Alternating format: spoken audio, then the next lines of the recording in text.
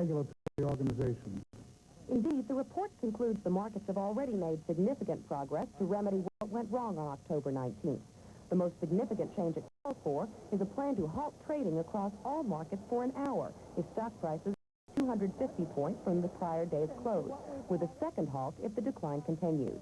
It also recommended technical changes that will help coordinate clearing markets to avoid a cutoff of credit and another market crash. But the panel recommended no steps to rein in program trading, which many experts have fingered as the culprit for the market's volatility. Volatility itself is not bad. What is bad is volatility which causes panic and fear in the markets. Reuter believes margins on stock index futures should be raised to dampen speculation, but he stands alone, the panel concluding that current margin levels are appropriate. The panel is not seeking the kind of regulatory overhaul recommended by the Brady Commission in its report on the crash. The view expressed by Treasury Undersecretary George Gould is that more can be accomplished by cooperating. There has been call, both on the part of Congress and otherwise, for something to be done soon. So what this group focused on was safety and soundness measures which can be implemented now, primarily within the body of existing law. But disagreements remain among the panel's members. SEC Chairman David Reuter saying he'll continue to press Congress to give his agency authority over stock index futures, authority that now rests with the Commodity Futures Trading Commission. Reaction to the recommendations is not all in. Nicholas Brady, who authored the first major study of the crash, says the recommendations are a good first step. But he says further steps are needed if the markets are to be fully able to cope with a repeat of October 19th. Deborah Marchini, CNN Business News, Washington.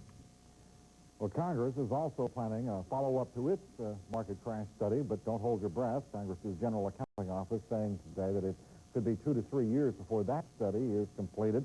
The GAO releasing its preliminary study back in January, but has since decided to follow up on some proposals on how to prevent yet another market crash. Well, my guest this evening is critical of today's White House panel report on the markets, saying it does nothing to address the volatility that we're seeing in the markets and that we have seen. In his words, they got the ball, they huddled on it. My guest tonight is Congressman Edward Markey of Massachusetts, the chairman of the House Telecommunications and Finance Subcommittee. Congressman, good to have you with us. Thank you. You're not particularly impressed with the results of all that labor.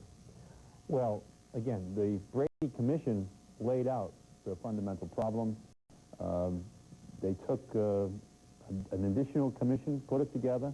So they needed another 2 or 3 months. They've studied it.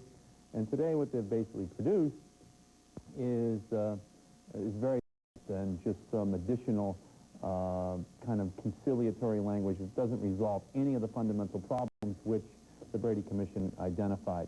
So I am very unsatisfied, and I think that the marketplace ought to be unsatisfied since the Brady Commission put its finger right on the problem, and the Gould Commission has backed away from every one of the tough choices it had to make. One of those tough choices, obviously raising margin requirements. They apparently could not reach agreement on that. What is your feeling? You've been studying it since the crash as well. Well, the major problem, as it was identified, was that the stock market itself is being traded as a commodity, and that we have to, as a result, modify our regulatory scheme so that it reflects the institutionalization of the marketplace. And so we need a single regulator that can track stocks, options, and futures. We need a single agency which will have responsibility over margins so that there is some consistency, some rationality to those margins as they are applied to different financial products. And what has happened here is that the Gould Commission has just backed away from those tough questions and left the marketplace to continue on in this very unsettled fashion. The idea being advanced, that there should be a triumvirate, if you would, of the SEC, the CFTC, the Federal Reserve to regulate the futures markets and the stock markets, a super agency. What do you think of that idea? Well, again, that's not a super agency. That is a triumvirate. And unfortunately, what it results in is more confusion.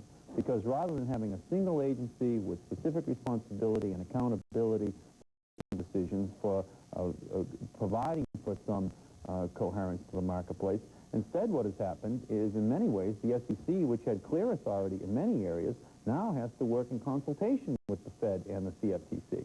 So the ironic result of it may actually be that the SEC, having had clear jurisdiction in many areas, now might see a watering down of its authority. And I think that that's a very poor signal to send to those that are looking for more predictability out of the regulation and coordination.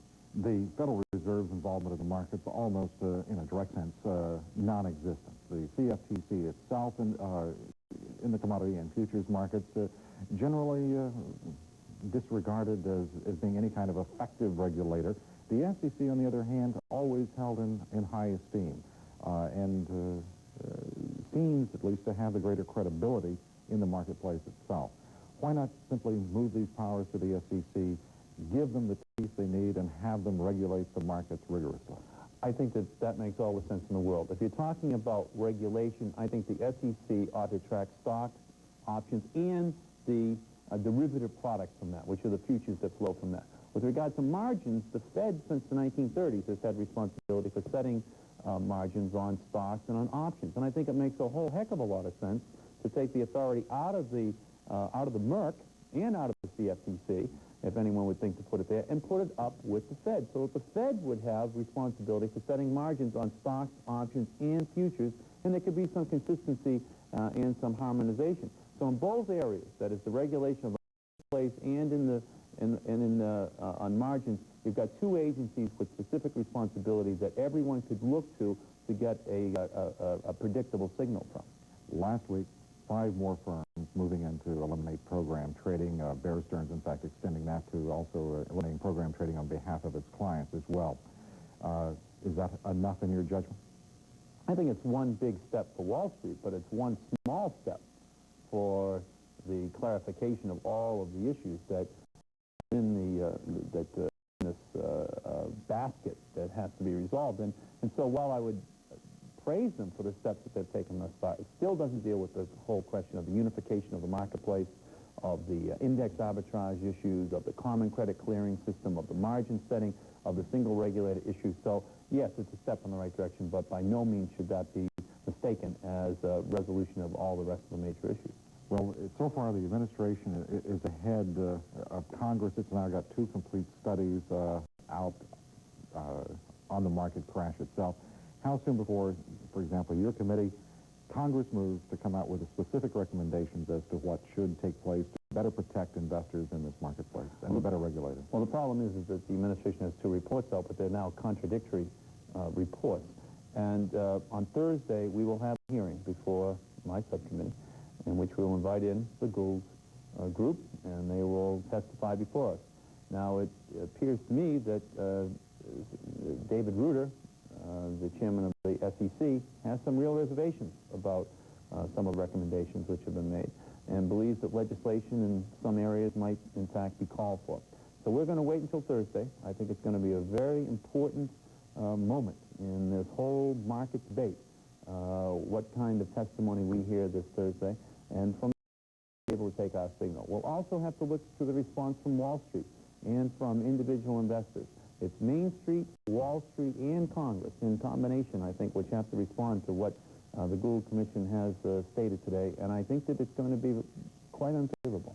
Wall Street at this point seems to be ahead of both the administration and Congress. It's, in effect, doing things to police its own house, if I can speak of Wall Street monolithically. Do you feel, given the issues of confidence, investor confidence in this marketplace, it's incumbent upon you, your committee, other members of Congress, this administration, to get something done so that investor confidence can be restored in the market? I think that it clearly has been complicated by this administration, the Reagan administration, backing away from its own Brady Commission report. But I do think it is important for us now to take a look at all of these very complicated issues and to begin the legislative process towards the goal of resolving them. How soon can you get something done, is what I'm really asking. We'll start Thursday morning with the Gould Commission before us, and then we'll move forward as expeditiously as possible, understanding that this administration has now left itself in regulatory gridlock because of their inability to resolve their own philosophical, ideological differences. Okay. Congressman Edward Markey, we thank you for being with us. Thank you. On My Line. We'll continue with My Line in one moment. Stay with us.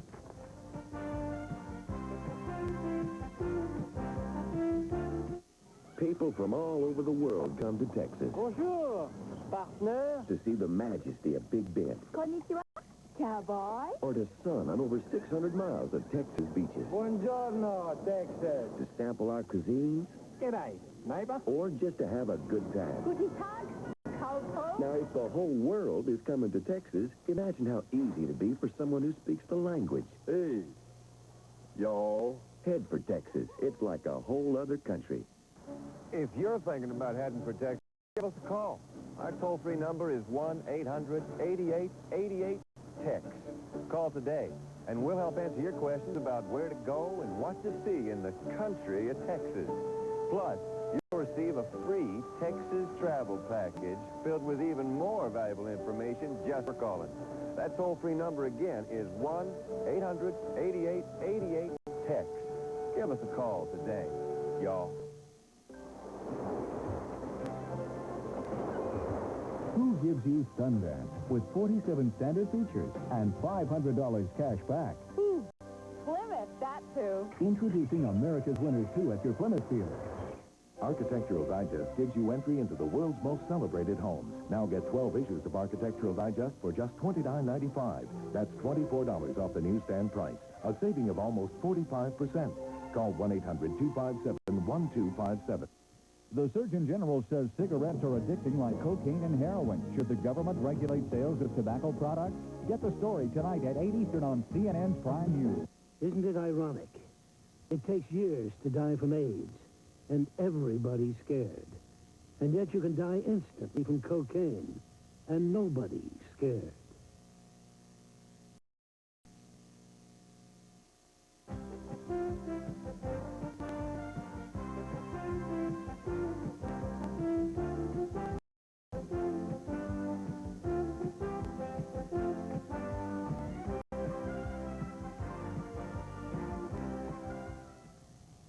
The Surgeon General has the tobacco industry fuming tonight. Surgeon General C. Everett Koop says smoking cigarettes is addictive, just like using cocaine or heroin. Our nation has mobilized enormous resources to wage a war on drugs, illicit drugs. We should also give priority to the one addiction, tobacco addiction, that is killing more than 300,000 Americans each year. The Surgeon General says his findings proving nicotine is addictive warrant additional restrictions on the sales of tobacco products, especially to children. The tobacco industry is outraged, saying Koop's statements are totally unwarranted and that there is absolutely no proof that nicotine is addictive.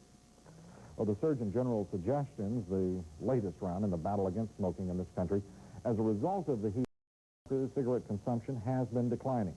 Jen Hoffman is here tonight. She reports cigarette makers are changing their strategies as a result. Jen?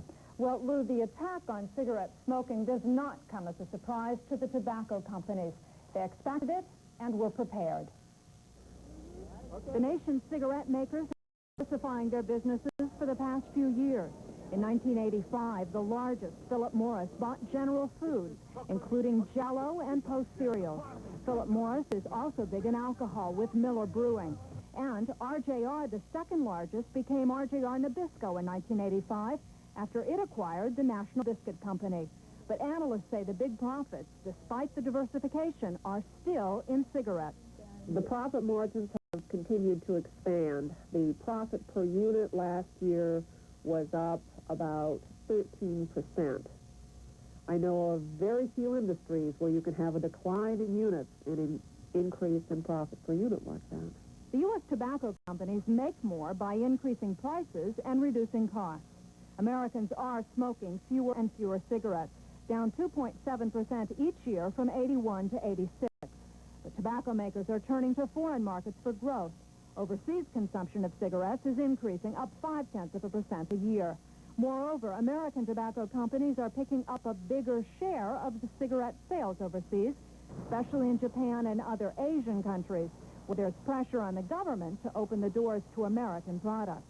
In these days of the dismal American trade, for example, last year the contribution of the tobacco industry was $2 billion in positive payments. But critics are preparing a congressional resolution to exclude tobacco from the list of products the U.S. fights to get into foreign countries. Surgeon General adding his voice to that criticism, C. Everett Koop, saying American tobacco companies should not be exporting death, disease, and now addiction to third world countries.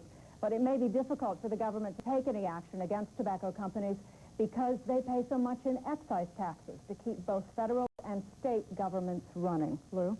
Tobacco companies help our exports, keep those taxes rolling in? Thanks. Okay. Jen, thanks. Well, the Surgeon General's report had little impact today on Wall Street. Tobacco stocks closed mixed after losing ground Friday. Philip Morris moved up a quarter. RJR and Nabisco down a quarter. American Brands up 3/8.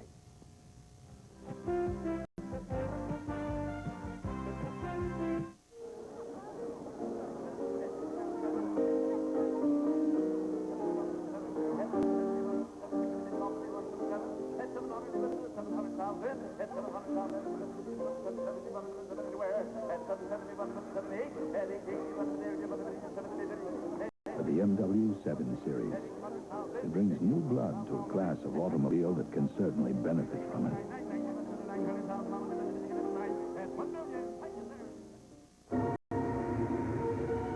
The Movado Museum Watch. The dial design chosen by the Museum of Modern Art for their permanent collection. The Black Sapphire Museum Watch. A futuristic interpretation of the classic. The Museum Watch. The Black Sapphire Museum Watch from Movado. I'm Bobby's dad, and I'm a police officer. I'm Jessica's father, and I work for Warsaw Insurance. I'm Corky's dad, and I'm a professional quarterback. Did you really work for Warsaw? Oh, yes, I do. What does Warsaw sell? Business. What's it like being a business insurance specialist? Makes you very proud. Mr. Quarterback? Yeah. Do you have life insurance? We're the business insurance experts from Warsaw. Stock market investors, now you can receive Value Line for only $60 and get our 2,000-page Investor's Reference Guide as a gift. It brings you Value Line's latest research reports on 1,700 stocks ready for your instant use. You'll also get the next 10 weeks of complete Value Line service for only $60. Call us for your gift reference set and start Value Line coming every week. Take advantage of coming market changes. Call us now, 800-342-5856. Pat Robertson drops out of the race. The Surgeon General speaks out on cigarette and drug addiction. Meet them both on Larry King Live tonight at 9 Eastern on CNN.